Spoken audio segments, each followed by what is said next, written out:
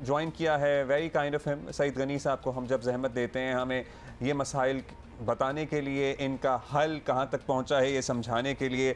Senior सूबाई वज़ीर हैं, पीपल्स पार्टी के सीनियर रहनुमा हैं। थैंक यू गनी साहब for being with us once again.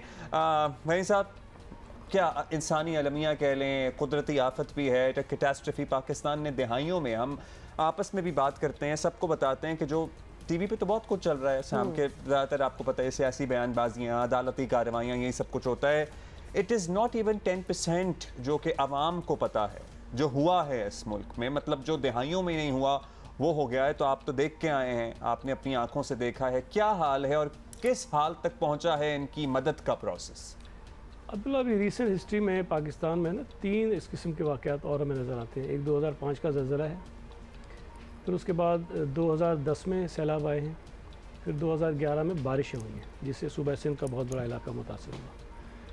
अच्छा, ज़लज़ला जब आपका आया तो मुल्क का एक इलाका मुतासर हुआ, पूरी कौम एक हुई, मदद की, इमदाद की, बैनुल अक़वामी कम्यूनिटी आई और कुछ चीज़ें हो गई। जब 10 में सैलाब आए तो सूबा सिंध का एक हिस्सा जो है वो मुतासर हुआ, फिर जब 11 में बारिशें हुई तो दूसरा हिस्सा मुतासर हुआ। तो वो पार्ट्स में हुई थी चीज़ें, तो उसको मैनेज करना रिलेटिवली जो है वो आसान था और डैमेज इतना ज़्यादा नहीं था जितना आज हमें नज़र। इस मरतबा क्या हुआ है कि सूबा सिंध के 23 डिस्ट्रिक्ट, कराची के 7 ज़िलों को छोड़ के, कराची में कहीं थोड़ा बहुत हुआ है लेकिन हम खैर उसको अगर काउंट ना भी करें तो 23 ज़िले जो कराची के अलावा हैं वो सब के सब मुतासर हैं। खैबर पख्तूनख्वा मुतासर है, साउथ पंजाब मुतासर है, गिलगित बल्तिस्तान मुतासर है, बलोचिस्तान आपका पूरा मुतासर है। इतने बड़े स्केल पे कम से कम मुझे याद नहीं पड़ता कि पाकिस्तान में कोई इस तरह की कुदरती आफत आई हो। एक तो हमें उसके स्केल का अंदाज़ा करना चाहिए। मुझे तो कभी भी बड़ा दुख होता है कि बाहर बैठे हुए लोग जब किसी की बातें करते हैं वो तस्वीर लगा के जी एक आटे की बोरी पे वो दिखाना शुरू कर देते हैं। ये वक्त नहीं है। देखिए, हमारी कोताहियाँ होंगी, हमारी गलतियाँ होंगी, हुकूमत नहीं कर रही होगी जितना करना चाहिए, लेकिन हमारी अकाउंटेबिलिटी का वक्त थोड़ा सा बाद में रख लें। फ़िलहाल जो लोग काम कर रहे हैं उनको काम करने दें। अब्दुल्ला, इस वक्त जो सूरत हाल में देख कर आया हूँ ना, मैं यहाँ जब कराची था, जब नहीं गया था तो मुझे अंदाज़ा था कि नुकसान हुआ है, बहुत हुआ है, अंदाज़ा था। लेकिन जब मैंने जाके देखा है ना तो मेरे अंदाजे से 100% शायद 1000% ज़्यादा नुकसान है। मतलब आप इमेजिन नहीं कर सकते कि लोग किस हालत में पड़े हुए हैं। वहाँ या तो आपको पानी नज़र आता है या कहीं लोग नज़र आते हैं जो जगह ऊंची हैं, जो सड़कें हैं वहाँ बैठे हैं, बस उसके अलावा कुछ नज़र नहीं आता आपको, कोई चीज़ नज़र नहीं आती। एक सड़क पे तो मैं जा रहा था, आगे लगा कि समंदर में आगे बिल्कुल आ गया हूँ, और वो सड़क थी पूरी समंदर में तैरी हुई थी। एक गांव मैंने देखा, वो बीच में कुछ पक्के घर थे, कोई 25-30-40 घर होंगे, और उसके चारों तरफ इतना पानी था कि वहाँ आप जा नहीं सकते थे पैदल चल के। अब वो किस तरह से लोग रह रहे होंगे, क्या कर रहे होंगे। इस वक्त तो ज़रूरत इस बात की है कि हम सारी अपनी जो लड़ाइयाँ हैं, झगड़े हैं, तनकीदें हैं, उसको एक तरफ रखें, सबको मिलके काम करना चाहिए। और मेरा तो ईमान है, देखें, लोग बुरे होते हैं, ये नहीं मैं कहता कि सारे कोई फरिश्ते हैं, मुझे भी कोताहियाँ होंगी, आप पे भी होंगी, लेकिन वो सूरत हाल देख कर अगर कोई आदमी कुछ हरकत करता है ना, वो तो फिर इंसानी नहीं है। मेरा ये कहना है कि वहाँ जो आदमी काम करने जाता है ना, वो कोई बदयानती नहीं कर सकता, वो सूरत हाल देख कर नहीं कर सकता। कितना ही बड़ा बीमार आप कुछ और सोच भी नहीं सकते, क्योंकि सामने आपकी इतनी तबाही है कि आपका कोई और दिमाग कहीं जाना भी नहीं चाहिए। गनी साहब, आपकी बातों से लग रहा है, जब आपने भी ये सब कुछ देखा और हम देख रहे हैं सिंध हुकूमत की, चले हम बात कर रहे हैं इस वक्त की, बड़ा ओवरवेलमिंग एक्सपीरियंस है। जिस तरह आप कह रहे हैं कि पहले ऐसी तबाही कभी नहीं देखी, ऑब्वियसली इसको मैनेज भी करना है, तो इसको मैनेज करने के लिए स्ट्रैटेजी, ऑफ कोर्स हम देखते रहते हैं, कोई इधर पहुंच गया, वहाँ एड पहुंच गई, लेकिन कोई स्ट्रैटेजी ओवरऑल बनाई गई है? बिकॉज एज यू सेड, ये छोटी मोटी बात तो है नहीं। देखिए अम्मा, अभी इस वक्त सिर्फ सूबा सिंध में जो मैं लिख के लाया था, जो अभी तक की नंबर है कल तक की, वो 1,05,00,000 से ज़्यादा लोग मुतासर हैं। 1,05,00,000, ये कम नंबर नहीं है। और जो डिस्प्लेस लोग हैं वो 68 लाख से ज़्यादा हैं। 68 लाख लोग डिस्प्लेस हो गए हैं, और 2 लाख के करीब अभी तक फिगर है कि जानवर जो हैं जिनका इंतकाल हुआ है, कोई 638 के करीब लोगों की डेथ हुई है।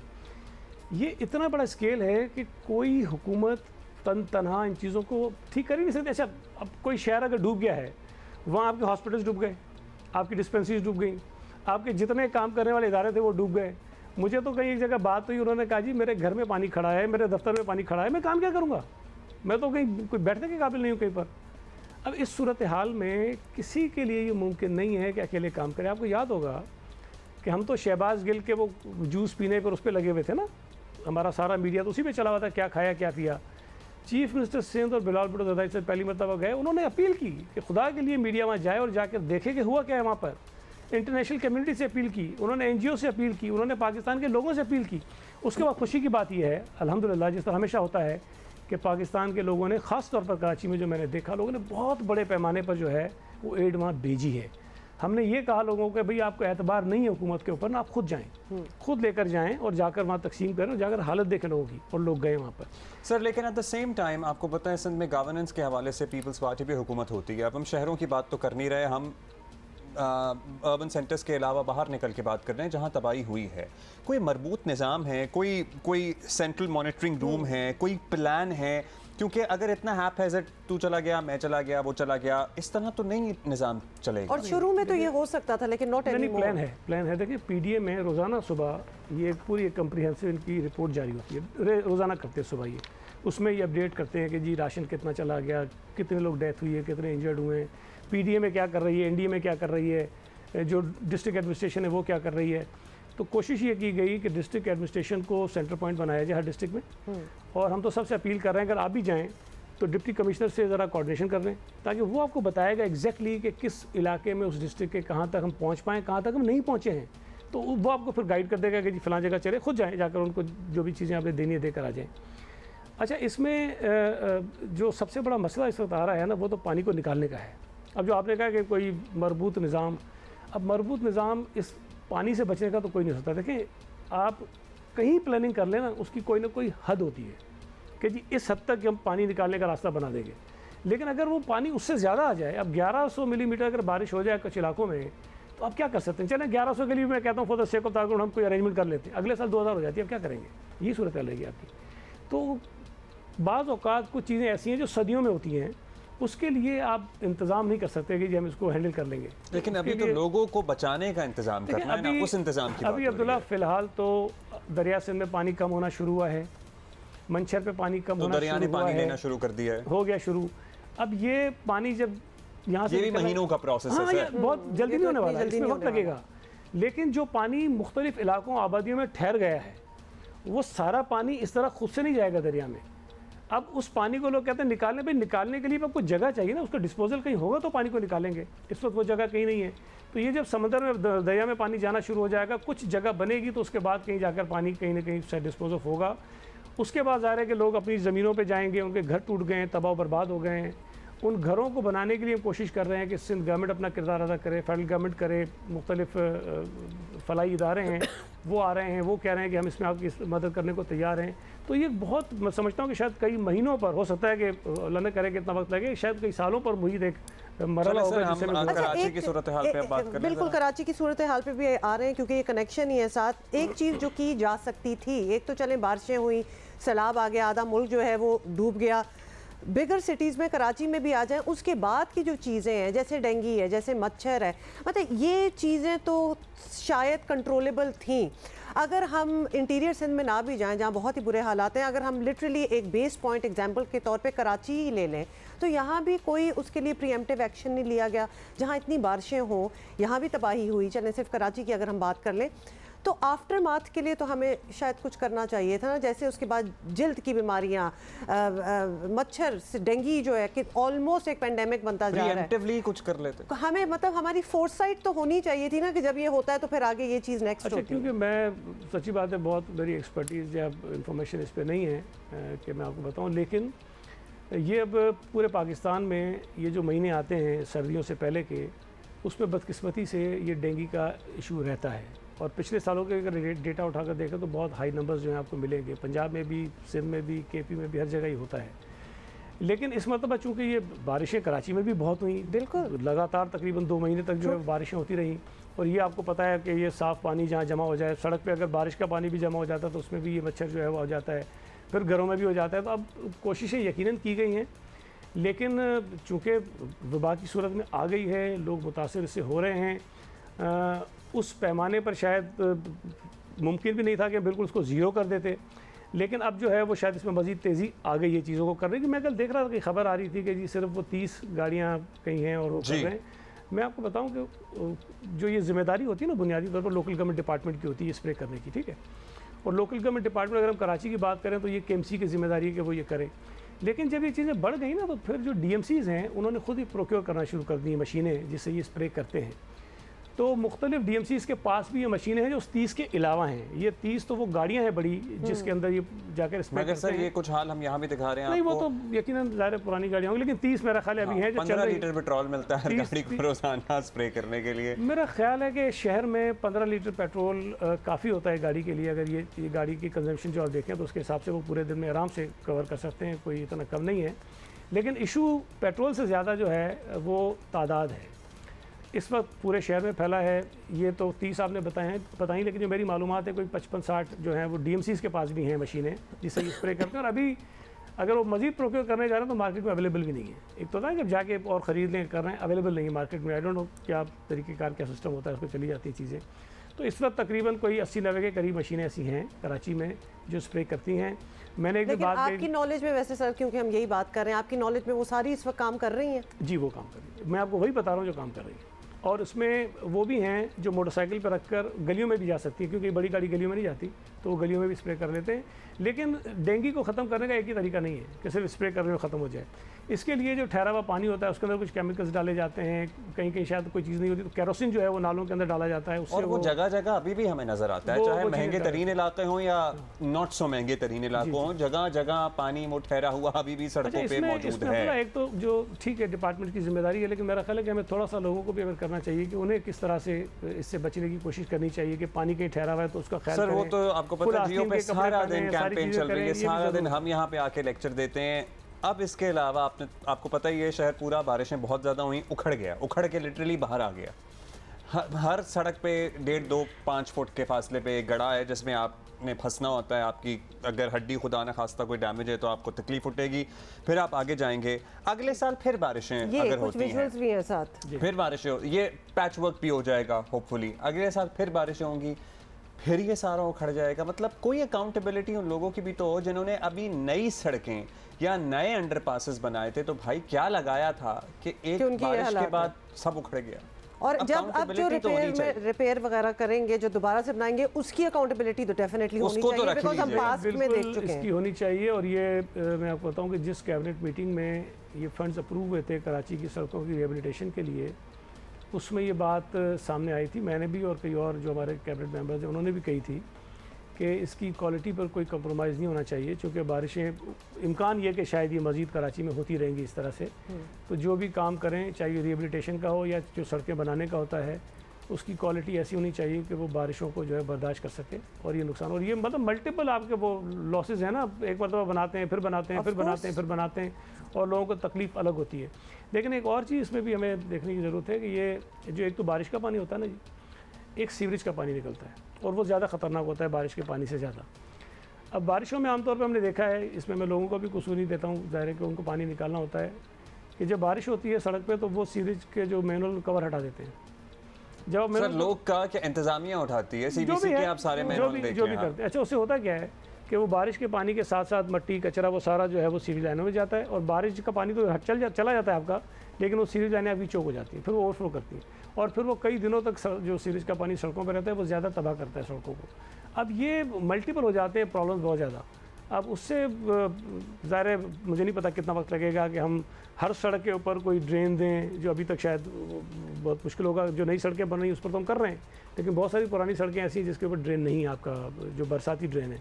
अच्छा, अगर कहीं बनाया हुआ भी है तो लोग क्या करते हैं, उसके अंदर भी सीवरेज लाइन डाल देते हैं, और वो भी आपकी जो बरसात की ड्रेन होती है वो सीवरेज लाइन बन जाती है। अब ये इतने कॉम्प्लिकेशंस हैं जिसको सीधा करने के लिए शायद एक तो लोगों के अंदर अवेयरनेस होनी चाहिए, दूसरा ये हम जो प्लान करते हैं उसको पर्सनली तो सीवरेज लाइन वगैरह नहीं डाल सकते, मतलब कोई तो एनओसी, कोई तो सिटी इंतजामिया, या फिर लोग लिटरली अपनी उस पे, तो फिर तो आपको एक्शन मजीद लेना चाहिए। लोग भी डालते हैं, ज़ाहिर है कि महकमे भी करते हैं, लेकिन मैं ये कह रहा हूँ ना कि इतना कॉम्प्लिकेटेड इशू है कि इतनी आसानी से कि मैं करना चाहूँ ठीक हो जाए तो आसानी होगी। सबको मिल के लोग भी एहतियात करें कि ना करें, इदारे भी ज़ाहिर है कि अगर कहीं को सीवरेज लाइन का प्रॉब्लम है तो प्रॉपर सीवरेज लाइन डालें, वो जो बरसाती नाले उसके अंदर उसको ना डालें। सर अब बल्दियाती इलेक्शन की एक नई डेट आ गई है, होपफुली हो जाएं। मतलब पहले तो सर्टनली बारिश का जेन्युइन एक कंसर्न था, बारिशें हुई भी जो डेट्स भी थी, लेकिन अब होपफुली हो जाएं उन तारीखों पे। 23 अक्टूबर क्या उम्मीद है? मतलब बारिशों ने भी तबाही मचाई, महंगाई का एक अलग इफ्रीत है जो लोगों की जान अजाब में किए हुए हैं, और आप लोग सर्टनली कोलिशन में हैं, वफाक एज़ वेल, एक PDM की हुकूमत है। मतलब आवाम गमो गुस्सा निकालेंगे फिर अपना इलेक्शन में मोस्ट लाइकली से? अब ये तो आवाम के ऊपर मैं क्या कह सकता हूँ। मेरा ख्याल है इंतज़ार कर लें, इलेक्शन का रिजल्ट आ जाएगा। इस वक्त तो सच्ची बात है, इलेक्शन पहले हो जाता तो बहुत अच्छा था, लेकिन चलें बरसात ऐसी थी कि नहीं हो सके। लेकिन हमारी तो पूरी तवज्जो उस वक्त जो सैलाब के मुतासरीन है और जो सूरत हाल वहाँ है उस पर है। कराची में डेफिनेटली हमारे कैंडिडेट्स हैं, पहले कभी नहीं हुए, इस मतलब हर जगह हमारे कैंडिडेट्स हैं। उन्होंने कोशिश भी की है, मेहनत भी की है, और मैं कराची का सदर भी हूँ पार्टी का, तो मुझे उम्मीद है कि रिज़ल्ट पहले से बेहतर होगा। लेकिन जो चीज़ें आप बता रहे हैं, अब वो फैसला ज़ाहिर है कि लोगों ने करना है कि वो आप कराची के पार्टी के सदर हैं, तो आपका कराची में ज़ाती इंटरेस्ट भी ज़्यादा है। मतलब अब ये रिहैबिलिटेशन ऑफ कराची रोड्स जो काम शुरू होगा, अब आपकी डायरेक्ट जिम्मेदारी तो नहीं है, बट पीपल्स पार्टी की सूबाई हुकूमत होते हुए और कराची का सदर होते हुए, नहीं मैं हुकूमत हूँ, हाँ, पीपल्स पार्टी की सूबाई हुकूमत होते हुए और आप पार्टी के सदर होते हुए, आप ये मेक श्योर करेंगे कि इस मरतबा जो काम हो वो ठीक हो? देखिए, मैं हमेशा कोशिश की है, जहाँ मेरी पहुँच होती है, जहाँ मैं देख सकता हूँ, ज़ाहिर इतना बड़ा शहर हर जगह तो मुमकिन नहीं है, लेकिन जहाँ मैंने खुद खड़े होके बंदे खड़े करके काम करवाया है, मैं दावे से कह सकता हूँ कि वो चीज़ें बहुत ठीक हुई हैं। लेकिन ज़ाहिर है कि हर जगह किसी को, मैं भी कोई इंजीनियर तो नहीं हूँ, लेकिन किसी न किसी तरह से किसी से मदद लेता हूँ, कोशिश करता हूँ। अच्छा गनी साहब, लेकिन अभी जो आपने ये अल्फाज यूज़ किए ना, जहाँ मेरी पहुँच होती है, अब जब आपकी तरफ देखते हैं कराची के अवाम, नहीं तो वो नहीं, पहुँच से मुराद ये कि जहाँ जहाँ मैं जा सकता हूँ। Yes, but with the same, इतना बड़ा शहर है ज़ाहिर है कि ये तो मुमकिन नहीं कि हर सड़क पे खड़ा हो जाए, जाके गली पे खड़ा हो जाए। बेशक, लेकिन एक्सपेक्टेशन आप ही से होगी, क्योंकि you are the face. Karachi में मेरा इंटरेस्ट शायद बहुत से ज़्यादा है।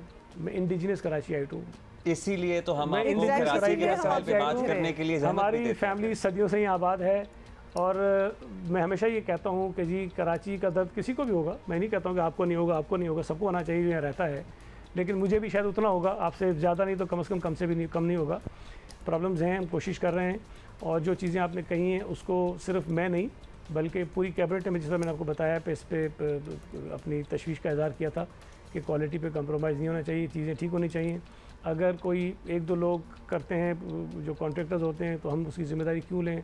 लोग बुरा भला हमें कहते हैं, वो किसी कॉन्ट्रैक्टर को नहीं जानते, किसी इंजीनियर को नहीं जानते, लेकिन इसके भी बहुत से मसाइल हैं जो उसमें भी हम चेंज करने की कोशिश कर रहे हैं कि ये जो कॉन्ट्रैक्टिंग का प्रोसेस है उसमें भी बड़े मसले आते हैं, तो उसको कैसे फेयर बनाया जा सकता है? अच्छा, क्विकली सर, सर्टनली आप सीनियर सियासतदान हैं, कराची के पीपल्स पार्टी के सदर हैं, इमरान खान साहब भी बड़ा टाइम तो नहीं देते कराची को, लेकिन कराची एक तरफा मोहब्बत का उनसे इजहार करता रहता है। आपको पता ही, हम हमेशा ये कहते हैं कि कराची का वन साइडेड लव अफेयर है इमरान खान के साथ। अब जिस तरह सियासत तब्दील हो रही है, या कल से हमने देखा कि कुछ इस मजहबी टच डालने की कोशिश की जा रही है, कल PMLN की जावेद लतीफ़ साहब की प्रेस कॉन्फ्रेंस भी हमने सुनी, क्या कहेंगे? मतलब ये सिलसिला अब से तो नहीं, पहले से चल रहा है, इमरान खान साहब भी इस्लामी टच डालते रहते हैं, अब ये लोग भी कर रहे हैं, टिट फॉर टैट, ये तो कहते हैं कि वो करेंगे तो हम भी करेंगे। हमें अजीब लगता है इस्लामी टच। हाँ, सो कासिम सूरी साहब की ये टर्म है ना, ये मुनासिब है रिवायत? अब देखिए, पहला तो मैं इससे इतफाक़ नहीं करता कि कराची ने कोई एक तरफा प्यार किया इमरान से। वो जिस तरह का प्यार था वो ज़बरदस्ती का प्यार था। वो इलेक्शंस मैंने लड़े भी हैं और मैंने देखे भी हैं, मैंने किस तरह अपनी सीट जीती थी, किस तरह अपने आपको बचाया था, वो मुझे पता है। तो ये इलेक्शंस जो हुए थे वो मेरे ख्याल फेयर नहीं थे, तो ये कहना कि कराची ने इमरान को वोट दिया मुनासिब नहीं है। जो दूसरी बात आपने कही, देखिए इमरान खान जिस तरह से मज़हब का इस्तेमाल करता है उस पर तनकीद तो की जा सकती है, मैं भी करता हूँ, लेकिन जो बातें कल कही थी PMLN के एक वज़ीर ने, मैं समझता हूँ कि वो मुनासिब नहीं है। हमारे माशरे में पहले ही हम इन चीज़ों की बहुत सज़ा भुगत चुके हैं, हमने बहुत तकलीफ़ें उठाई इस बिना पर। अगर इमरान खान गलत कर रहा है तो उसकी गलती को एक्सपोज करने का तो खैर हमें हक़ है, हमें करना भी चाहिए, लोगों को बताना चाहिए कि वो गलत कर रहा है, लेकिन हमें उसके ग्राउंड पर, उसकी विकेट पर जाकर उस तरह नहीं करना चाहिए जिस तरह वो खेलता है। तो ये जो इस्लामी टच है ना, ये मैं बता दूँ, सूरी साहब की टर्म नहीं है, इन्होंने जो PR फर्म्स हायर की हुई है ना, वो उनको बताती हैं कि किस वक्त क्या कहना है। रियासत मदीना का नाम भी उन्होंने दिया था, नबी करीम के हवाले देने का भी उन्होंने कहा है, क्योंकि हमारे लोग मज़हब के मामले में ज़्यादा शायद कुछ सीरियस हो जाते हैं, तो वही इस्लामी टच जो है कहीं और से आया हुआ है और पाकिस्तान से भी नहीं है बाय द वे। ऑलराइट, वो PR फर्म्स पे भी हम तफसील से किसी दिन बहस कर सकते हैं। वो लोग कहते हैं कि भाई वो ahead of the rest of their counterparts हैं, क्योंकि वो स्ट्रैटेजी बनाते हैं, उनकी सारी पार्टी तो करती है ये सारे काम, आपको पता ही है। थैंक यू सईद गनी साहब for being with us. Thank you Ghani साहब। कुछ अर्से बाद हम आपको दोबारा ज़हमत देंगे जब कराची की ज़रा हम रिपेयर वेयर एंड टेयर के बाद देखेंगे, तो हम पूछेंगे कि कितना कहाँ तक काम पहुँचा। और सैलाब मुतासरीन की रिहैबिलिटेशन का प्रोसेस भी जारी है और उसमें जो प्रोग्रेस होगी उस पर भी हम नज़र रखेंगे। और उसमें प्रोग्रेस ऑब्वियसली गनी साहब से तो हम बात कर ही रहे थे, लेकिन वो literally everybody needs to put in their bit. तो लिहाजा अभी भी हम यही कहेंगे कि if you can donate in kind, in cash, जो भी ऑर्गेनाइजेशन आपकी पसंद की हो, जिस पे आप भरोसा करते हो, ये करते रहें। बिकॉज गनी साहब से भी अभी ये बात हुई है, हम शायद अंदाज़ा भी नहीं लगा सकते कि डेवस्टेशन का लेवल क्या है।